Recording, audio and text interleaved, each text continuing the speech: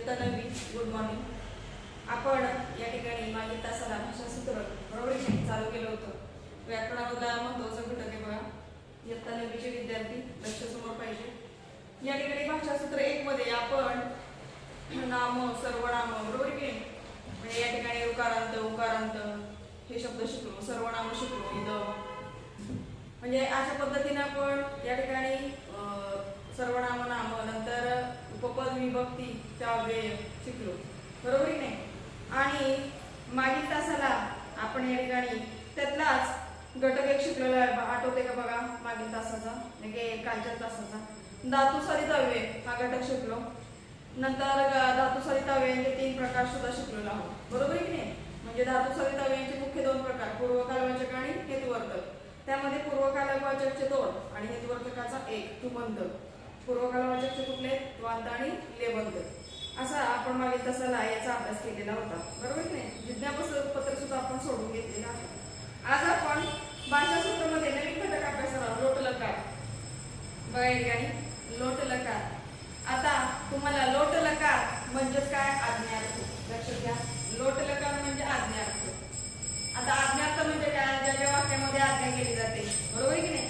जसं मराठीमध्ये प्रश्नार्थी वाक्य आज्ञार्थी वाक्य नंतर विधानार्थी वाक्य वाक्याचे आपण प्रकार अभ्यासलेले आहेत मराठीच्या ग्रामरमध्ये व्याकरणामध्ये. आठवते का बघा सगळ्यांना. आपण हे घटक अगदी नाही म्हटलं तरी 5वी 6वी 7वी 8वी यापासूनच आपल्याला व्याकरणाची सुरुवात होती. शब्दांच्या जाती म्हणजे हे घटक आपण अभ्यासलेले असतो बरोबर की नाही. आता तुम्हाला आता 9वीच्या याच्यामध्ये लोट लकार हा जो घटक आहे तो याच्यावर तुम्हाला काय तर त्यामध्ये अज्ञार्थाचे प्रत्यय आहेत. नंतर तुम्हाला या ठिकाणी काही धातू चालवून दाखवलेले आहेत. तालिका आहे. या सगळ्या घटकाचा आपण आज अभ्यास करणार आहोत बरोबर की नाही. मग तुम्हाला लोट लकार याचाच अर्थ काय होतो आज्ञार्थ म्हणजे आज्ञार्थाचे प्रत्यय आणि त्या प्रत्ययानुसार तुम्हाला धातू चालवून दाखवलेले आहेत. पान नंबर 29 वर यायचं. इयत्ता 9वी लक्ष आपलं पुढं पाहिजे बघा. लोट लकार आज्ञार्थ आज्ञार्थ. आता इथं तुम्हाला बघा पहिलं वाक्य दिले उदाहरणं दिली आणि त्याच्यावरून लोट लकार याचा अर्थ या अर्थाचा उलगडा तुम्हाला दिलेला आहे बघा. पहिलं आता लोट लकार हे काय आहे तुम्हाला उदाहरणावरून लक्षात येईल बघा. राम पाठम पठती राम पाठम पठती. लट लकार लट लकार म्हणजेच काय वर्तमान काळ. राम पाठम अपठत राम पाठम अपठत. लंग लकार म्हणजेच काय प्रथम भूतकाळ. वाक्यद्वये कालस्य बोधः भवति. या दोन्ही वाक्यांमध्ये काळाचा बोध होतो होतो की नाही बघा. पहिलं वाक्य काय आहे राम पाठम पठती. राम पाठम पठती म्हणजे राम पाठ वाचतो वाचतो किंवा शिकतो. लट लकार आहे वर्तमान काळ वाचतो म्हटलंय. आणि दुसऱ्या वाक्यात काय बघा राम पाठम अपठत. राम म्हणजे रामाने काय केले पाठ वाचला बरोबर आहे की नाही. अपठत त्याने वाचला आणि हा पठती म्हणजेच काय वाचतो. हे लक्षात घ्या. फरक लक्षात घ्या क्रियापदाचा.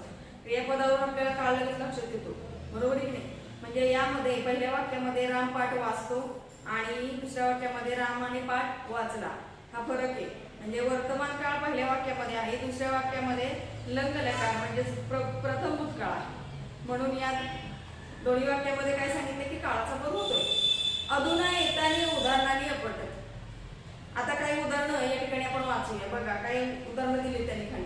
पहिलं वाक्य बघा प्रतीक व उत्तिष्ठ बघा. आता तुम्हाला वाक्य कशी दिली प्रतीक व उत्तिष्ठ. प्रतीक तू उत्तिष्ठ म्हणजे उठणे. आदेश काय केले ते या ठिकाणी आज्ञा दिली बरोबर की नाही आज्ञा. आता जेव्हा शिक्षक समजा वर्गात तुम्ही समोर आहात आणि शिक्षकाने तुम्हाला सांगितले एखाद्या विद्यार्थ्याला नाव समजा असेल महेश प्रतीक असेल नेहा असेल काही असेल नावाने तुम्हाला म्हटलं प्रतीक उठ बरोबर म्हणजे काय झाली शिक्षकाची आज्ञा झाली. मग तसंच इथं दिलेलं आहे तुम्हाला प्रतीक व उत्तिष्ठ प्रतीक तू उठ. आदेश हो आदेश म्हणजे काय आज्ञा म्हणजे या वाक्यात काय केलेली त्यांनी आज्ञा केलेली हे लक्षात आलंय का बघा. आता दुसरं वाक्य बघा काले वर्षतु पर्जन्य काले वर्षतु पर्जन्य म्हणजेच काय तर योग्य प्रकारे पाऊस पडू दे योग्य प्रकारे म्हणजेच काय, तर योग्य म्हणजे जे त्याचे ऋतुमानानुसार जे पावसाचे महिने आहेत, दिवस आहेत, तो काळ आहे, त्यानुसार काय करू दे, पाऊस पडू दे. बरोबर आहे की नाही? म्हणजे हे काय आहे, तर अपेक्षा आहे, लक्षात घ्या. म्हणजे आताचे दिवस जे आहेत ते कसे आहेत, पावसाचे. बरोबर की नाही? म्हणजे योग्य आहे. म्हणजे या ठिकाणी काय सांगितलंय की योग्य कालानुसार काय करू दे, पाऊस पडू दे, ही अपेक्षा आहे, लक्षात घ्या. माणूस काय म्हणतो की हे 4 महिने व्यवस्थित पाऊस पडू दे, हो की नाही? पडला नाही की काय अवेळी पाऊस झाल्यानंतर आपण काय म्हणतो की अवेळी पाऊस झाला, म्हणजे या ठिकाणी काय होतं, पिकांचं नुकसान होतं. म्हणजेच इथं काय सांगितलं, अपेक्षा व्यक्त केली की योग्य प्रकारे पाऊस पडू दे, योग्य काळामध्ये पाऊस पडू दे. तिसरा आहे सर्वे सुखीनं भवन्तु, सर्वजण सुखी हो. शुभांशसा म्हणजेच काय, सदिच्छा व्यक्त केली. सदिच्छा ही इच्छा आहे. सर्वे सुखीनं भवन्तु, सर्वजण सुखी हो, ही सदिच्छा आहे. बरोबर की नाही? शुभांशसा म्हणजे काय, शुभ या ठिकाणी काय केली, तर सदिच्छा व्यक्त केली, चांगली इच्छा व्यक्त केली. येते का लक्षात या वाक्यामध्ये? 4थं वाक्य बघा, अपि अहम वर्गम प्रवेशामि, मी वर्गात येऊ का? अपि अहम वर्ग प्रवेशामि, मी वर्गात येऊ का? काय केलंय, मी वर्गात येऊ का म्हणजेच काय, अपि अहम वर्गम प्रवेशामि, मी वर्गात येऊ का किंवा प्रवेश करू का? काय केले, अनुमती. बरोबर की नाही? अनुमती मागितलेली, परवानगी मागितलेली आहे. तुम्ही ज्या वेळेला वर्गात बसता, सगळेजण शिक्षक शिकवत असतात, एखादा विद्यार्थी उशिरा येतो, बरोबर की नाही? तो काय करतो, डायरेक्ट वर्गात येतो का? नाही, त्यावेळी तो अनुमती घेतो, म्हणजे परवानगी घेतो. काय विचारतो तुम्ही, मराठीमध्ये असू द्या, इंग्लिशमध्ये असू द्या, मे आय कम इन सर, किंवा काय, मी आत येऊ का? किंवा संस्कृतमध्ये कसं होणार, अहम प्रवेशामि, मी प्रवेश करू का? आता इथं जसं त्याने विचारले, अपि अहम वर्गम प्रवेशामि, मी वर्गात येऊ का? ही अनुमती, परवानगी मागितली. म्हणजे या वाक्यातून बघा तुम्हाला काय दिसतं, वरच्या वाक्या 2 वाक्यामध्ये आपल्याला काय होतो, काळाचा बोध झालेला दिसून येतो. पण या उदाहरणांमध्ये काळाचा बोध दिसतोय का? नाही. पहिल्या वाक्यामध्ये आज्ञा केलेली आहे, दुसऱ्या वाक्यामध्ये अपेक्षा, तिसऱ्या वाक्यामध्ये सदिच्छा, आणि 4थं जे वाक्य आहे तिथं अनुमती म्हणजेच परवानगी. हे लक्षात घ्या. त्या वाक्यामध्ये त्या गोष्टी काय केलेल्या आहेत, तर सुचवलेल्या आहेत. म्हणजे ही सर्व वाक्य कालन बोधयन्ति, काळाचा बोध करत नाही. काळाचा बोध होतोय का यातून? नाही. मग या ठिकाणी काय सांगितले, परम आदेश, इच्छा, शुभांशसनम, अनुमती. शुभांशसनम म्हणजेच काय, तर सदिच्छा. बरोबर की नाही? चांगली इच्छा व्यक्त करणं. अनुमती म्हणजेच काय, परवानगी. इत्यादीनं भावान कथयन्ति, हे सगळे काय दिसून येतात, भाव दिसून येतात वाक्यांमध्ये. प्रत्येक वाक्यांमध्ये वेगवेगळे भाव दिसून येतात. या ठिकाणी पहिल्या वाक्यामध्ये आज्ञा आहे, दुसऱ्या वाक्यामध्ये अपेक्षा, तिसऱ्या वाक्यामध्ये सदिच्छा, 4थ्या वाक्यामध्ये अनुमती म्हणजेच परवानगी. हे काय दिसून येतात, सगळ्या वाक्यामध्ये काय सांगितलंय, भाव व्यक्त होत आहेत. अथत आणि अर्थ, म्हणून याचा अर्थ इति प्रकारेषु गण्यन्ते, म्हणून त्याचे अर्थ या प्रकाराने काय होतात, लक्षात येतात, गण्यन्ते. प्रत्येकाचा अर्थ काय या ठिकाणी, तर वेगवेगळ्या प्रकारचा वाक्यामध्ये काय काय आपल्याला भाव दिसतात. अर्थद्वयम, आज्ञार्थ, लोटलकार, विद्यार्थ, लिंगलकार. मग आता अथ म्हणून ताणी, ताणी म्हणजेच या प्रकारे, अर्थ इति प्रकारेषु गण्यन्ते, याच प्रकारच्या अर्थाने 2 अर्थ दाखवलेले आहेत. काय बघा, आज्ञार्थ म्हणजे लोटलकार, विद्यार्थ, लिंगलकार. त्यामध्ये आपल्याला लोटलकार, आज्ञार्थ, बरोबर की नाही? म्हणजे या वाक्यामध्ये काय दिलं जातं, तर आज्ञा केली जाते. लक्षात घ्या. आता तुम्हाला जो अभ्यास करायचा आहे तो लोटलकार म्हणजेच आज्ञार्थ. आज्ञार्थाचे प्रत्यय आपण अभ्यासणार आहोत. म्हणजे त्या वाक्यामध्ये काय होणार आहे तुम्हाला, तर आज्ञा किंवा आता आपण पाहिल्याप्रमाणे इच्छा, अनुमती.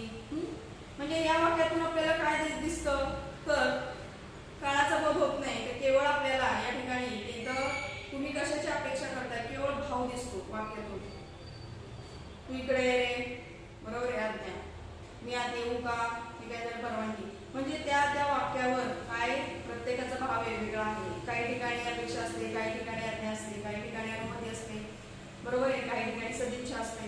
म्हणजेच हे तुम्हाला हे दोन्ही प्रकाराने सांगितलं जातं. या ठिकाणी एक तर आज्ञार्थ म्हणजे लोटलकार आणि दुसरा प्रकार जो आहे तो विद्यार्थ म्हणजे लिंगलकार. येते का लक्षात? बघा, यात तुम्हाला काळाचा बोध होत नाही. केवळ तुम्हाला तिथं भाव वाक्यातून भाव व्यक्त केला जातो, हे लक्षात घ्यायचं. हे दोन प्रकारे तुम्हाला सांगितलेलं आहे. अतर्थ आणि अर्थ इति प्रकारेषु गण्यन्ते. म्हणून याचा अर्थ दोन प्रकारे सांगितला जातो. कशा प्रकारे? तो पहिला आहे आज्ञार्थ म्हणजेच लोटलकार आणि विद्यार्थ म्हणजेच लिंगलकार. हे लक्षात घ्यायचंय. आता आपल्याला पहिल्यांदा लोटलकार इथपर्यंत भाग कळलाय का? बघा मी काय सांगते ते. पहिले तुम्हाला वाक्य दिली त्यामध्ये आपल्याला लोटलकार म्हणजे आज्ञार्थ. आता इथं तुम्हाला लोटलकारामध्ये केवळ काय सांग भाव व्यक्त करायचा आहे वाक्यातून, आज्ञा करायच्या आहेत, अपेक्षा करायची आहे. तर इथं जसं जसं क्रिया होईल वाक्यामध्ये तसे तसे तुम्ही काय करणार आहात, त्यानुसार काय करणार आहात, वाक्यातील भाव ओळखणार आहात. पहिल्यांदा आपल्याला काय करायचं आहे, या ठिकाणी लोट प्रत्यय हा आज्ञार्थाचे प्रत्यय आपण अभ्यासणार आहोत. त्याआधी मला सांगा, तुम्हाला इथपर्यंतचा भाग कळलाय का? लोटलकार म्हणजे काय? बरोबर, लोटलकार म्हणजेच आज्ञार्थ. म्हणजे आता आपण वाक्य पाहिली, सुरुवातीला आपण वाक्य पाहिली. सुरुवातीची जी वाक्य होती ती कशी होती? त्यामध्ये काळाचा बोध होत होता. बरोबर आहे की नाही? म्हणजे या ठिकाणी थोडंसं बघा काय करायचं, तुम्ही थोडं लिहून घ्या म्हणजे लक्षात येईल तुमच्या आपल्याला काय अभ्यासायचं आहे ते. बघा पहिलं बघा उदाहरण बघा. पहिलं राम पाठम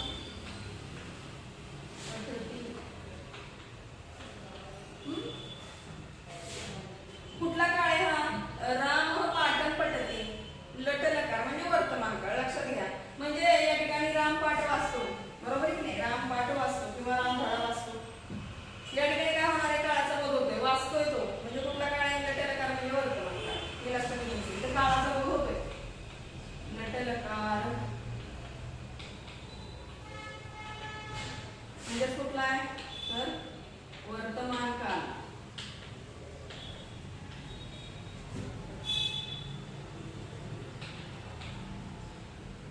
वर्तमान काळ. आता दुसरं वाक्य काय बघा. राम पाठम अपठत. काय ठिकाणी तिथं राम पाठ वाचतो. रामाने पाठ वाचला. बरोबर की नाही? राम पाठम अपठत. इथं वाचन क्रिया झालेली आहे, अपठत वाचून झालेले त्याचं. आणि इथं काय झालेले? तो वाचतोय. हे लक्षात घ्यायचंय. इथं काय येणार आहे? लंगलकार. लंगलकार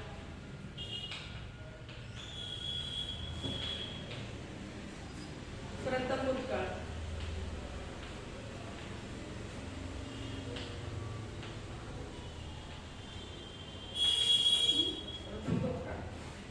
आता या दोन्ही वाक्यामध्ये तुमच्या लक्षात येईल इथं काय सांगितलंय, तर इथं काळाचा बोध होतोय. राम पाठम पठती आणि राम पाठम पठत या दोन्ही वाक्यामध्ये काळाचा काय होतो? बोध होतो. हे लक्षात घ्या. इथं वर्तमान काळाचा होतोय, इथं भूतकाळाचा होतोय. राम पाठ वाचतो, रामाने पाठ वाचला. या पद्धतीने बघा.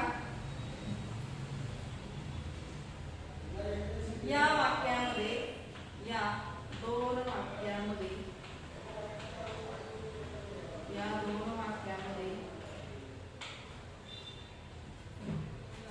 काळाचा बोध होतो.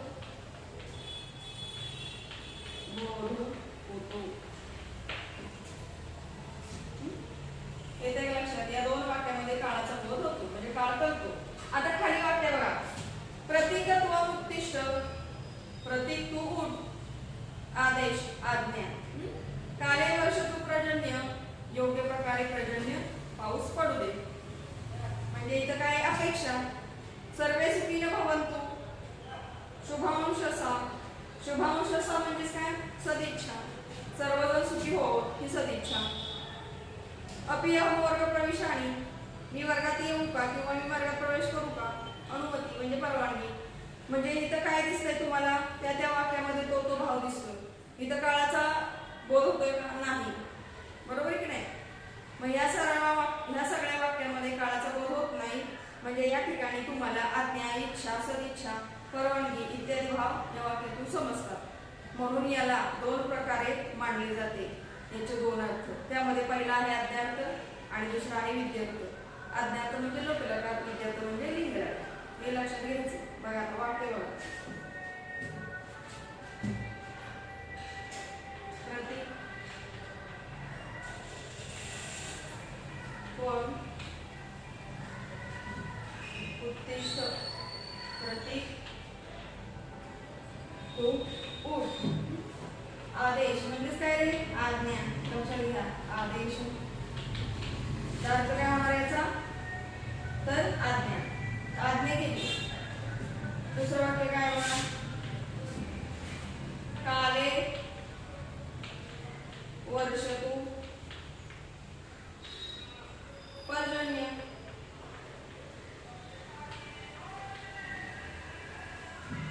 इथं काय केलंय? अपेक्षा.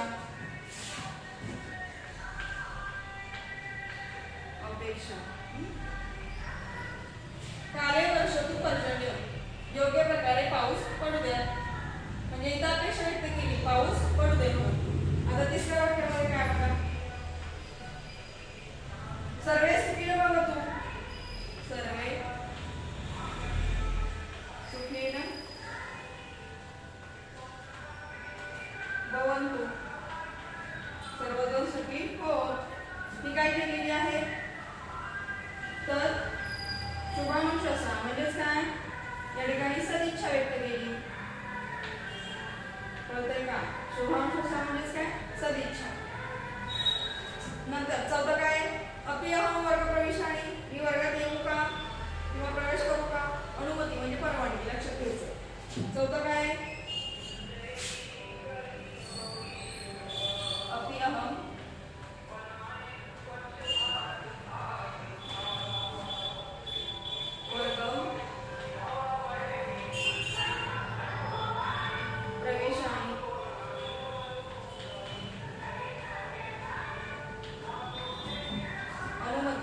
काय? परवानगी. परवानगी मागितली.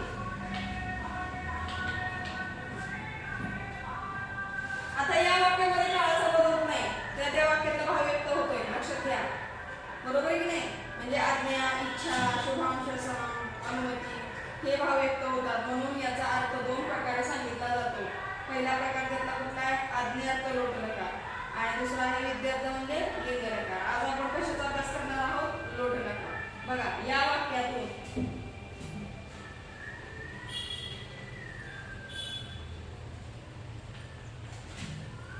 इकडे लिहिते वाटतं.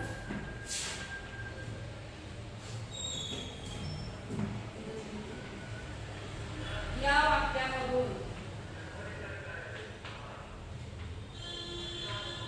वाक्यामधून काळाचा बोध होत नाही.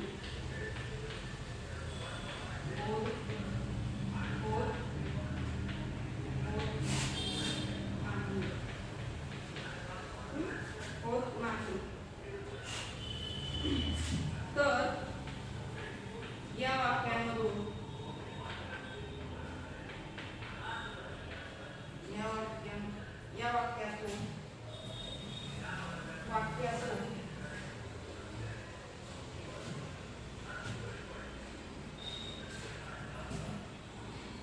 वेगवेगळे भाव व्यक्त होतात. वेगवेगळे भाव व्यक्त होतात.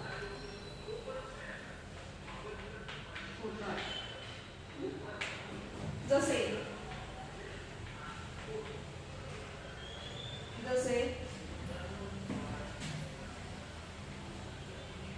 बघा. आदेश म्हणजेच आज्ञा. नंतर काय? अपेक्षा. अपेक्षाचा अर्थ अपेक्षा. लक्षात घ्या. नंतर शुभांशसा म्हणजेच काय? सदिच्छा. अपेक्षा,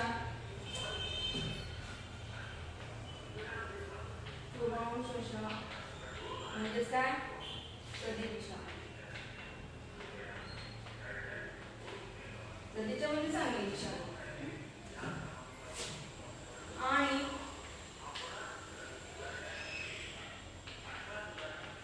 अनुमती, अनुमती ही म्हणजे परवानगी. लक्षात घ्या, अनुमती ही परवानगी.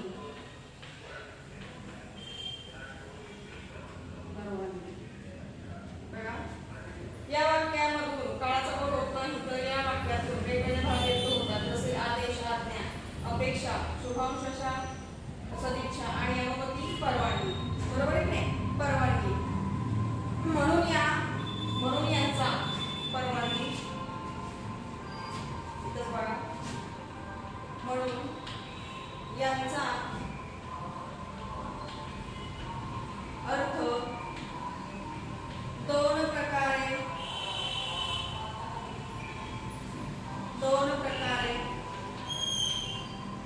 सांगितला जातो.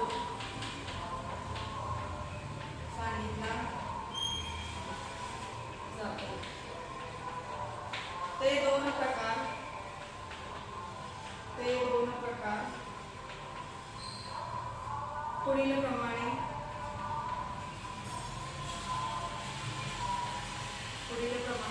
आहेत. एक, आज्ञार्थ. आता आपण शिकणार आहोत लोट लकार. आज्ञार्थ, लोट लकार. आणि दुसरा आहे विध्यर्थ.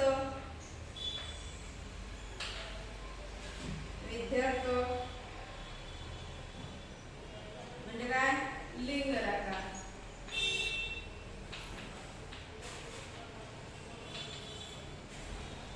हा 2 नंबर. इथपर्यंत कळलं का? बघा, पहिल्यापासून वाचून सांगते तुम्हाला कसं आहे. बघा, ही 2 वाक्य वरती पुस्तकामध्ये आहेत पान नंबर 29 वर. या दोन्ही वाक्यामध्ये काळाचा बोध होतोय. बरोबर आहे की नाही? पण आपल्याला खाली जी वाक्य दिलेली आहेत, प्रतित्वम उत्तिष्ठ, काले वर्षतु पर्जन्य, सर्वे सुखिनो भवन्तु, अव्ययः वर्ग प्रवेशानि. या वाक्यातून काय कळतं? काळाचा बोध होत नाही. तर कशाचा बोध होतोय? तर वाक्यातून वेगवेगळे भाव व्यक्त होतात. जसे आदेश, आज्ञा, अपेक्षा, शुभांशशः, सदिच्छा आणि अनुमती, परवानगी. म्हणून बघा काय सांगितलंय. म्हणून यांचा अर्थ 2 प्रकारे सांगितला जातो. ते दोन प्रकार पुढीलप्रमाणे आहेत. पहिला आहे आज्ञार्थ आणि दुसरा आहे आज्ञार्थ म्हणजे लोट लकार आणि दुसरा विध्यर्थ म्हणजे काय? लिंग लकार. तर आता आपण प्रथम काय बघणार आहोत? तर लोट लकार. बरोबर की नाही? आपल्या याचं नावच आहे लोट लकार, आज्ञार्थ. म्हणजे आज्ञार्थाचे आपण सुरुवातीला प्रत्यय पाहणार आहोत. कळलं का? सुरुवातीला आपण काय घेणार आहोत? तर आज्ञार्थाचे प्रत्यय घेणार आहोत. तर मला सांगा, यामध्ये कोणाची काय अडचण आहे का? तुम्ही मराठीतून हे सगळ्या गोष्टी शिकलेल्या आहात. वाक्यांचे प्रकार, विधानार्थी, प्रश्नार्थी, उदाहरणार्थी शिकलोय आपण, हो की नाही? म्हणजे यामध्ये काही अडचण असेल तर मला सांगा की कळलं नाही किंवा कळलं आहे. काही अवघड नाहीये, समजण्यासारखा भाग आहे. बरोबर की नाही? हा तुम्हाला काही नवीन नाहीये. तुम्ही या ठिकाणी 8वी मध्ये सुद्धा 2 लकार शिकलेले आहात. बघा, आठवतंय का 8वी मध्ये? पहिला आहे लट आणि दुसरा आहे लंग. तुम्हाला 2च काळ शिकायला होते 8वी मध्ये. आठवतंय का? बघा, वर्तमान काळ आणि भूतकाळ. भविष्यकाळ काही नव्हता. म्हणजे तुम्हाला माहिती आहे लकार काय आहे किंवा लकाराचा अर्थ काय होतो. लोट लकार, लंग लकार हे सर्वसाधारण माहिती. म्हणजे हे तुम्हाला मराठीमध्ये येतंय. विधानार्थी वाक्य, नंतर प्रश्नार्थी वाक्य, अज्ञार्थी वाक्य कशाला म्हणायचं, मग मराठीतून वाक्य, व्याकरणात आपण शिकलोय. म्हणजे इथपर्यंत भाग कळला असेल तर आपण पुढचा घटक काय करूया? घेऊया. बघा, इथपर्यंत कळला असेल तर आपण पुढचा जो भाग आहे आता लोट प्रत्ययाः, आज्ञार्थ प्रत्ययाः. बघा या ठिकाणी आज्ञार्थ प्रत्ययाः. तुम्ही आता काय करायचं माहिती का? इथपर्यंतचा भाग तुमच्या वहीत लिहिलाय का? बघा, वहीत लिहा आणि तो 1-2 वेळा वाचा. आणि उद्या येताना तुम्ही काय करायचंय? लोट लकार प्रत्ययाः, आज्ञार्थ प्रत्यय, नंतर तालिका दिलेल्या आहेत. हे सगळे काय करायचे? तुम्ही येताना वाचून यायचंय. प्लस हा भाग वाचून यायचा. यामध्ये काय अडचण असेल तर मला उद्या येताना सांगायचं. ठीक आहे. पुढच्या तासाला आपण प्रत्यय आणि तालिका बघू. इथपर्यंतचा भाग कळलाय का? ठीक आहे.